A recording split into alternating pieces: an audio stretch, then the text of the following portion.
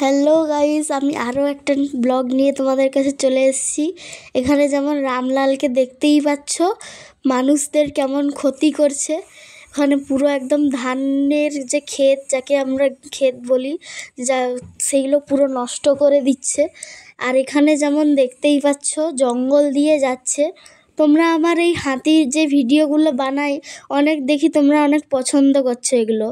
আমার বেশ ভাল লাগে, এমনি ব্লগের থেকে তোমরা এটাই দেখার পছন্দ করছো। তো এবার থেকে আমি চেষ্টা করব এই রকমই ব্লগ আনার, এই রকমই ভিডিও আনার তোমাদের কাছে। আর যেমন কি দেখতেই পাচ্ছ এখানে রাস্তায় যাচ্ছে একবারে জঙ্গল দিয়ে। এখানে সবাইকে অনেক লোক আসে গ্রামের থেকে, যেমন ভিডিওগুলোয় দেখিয়েছিলাম, ওখানে গ্রামের থেকে লোক আসে এখানে কাজ করতে। কেউ আসে মধু নিতে, এই জঙ্গলের মধু, কেউ আবার আসে এখানে কাঠ করতে। তারপরে এখন দেখতেই পাচ্ছ ওখান থেকে পাড়া করে নিয়ে আসছে। এখানে একটা ছাগল দেখতে পাচ্ছ, ছাগলটাকে কিভাবে পা দিয়ে মেরেছে। এমনকি ওখানে বাচ্চা টাচ্চাও শুয়ে থাকে কখনো। এখানে রাতের একটা দৃশ্য।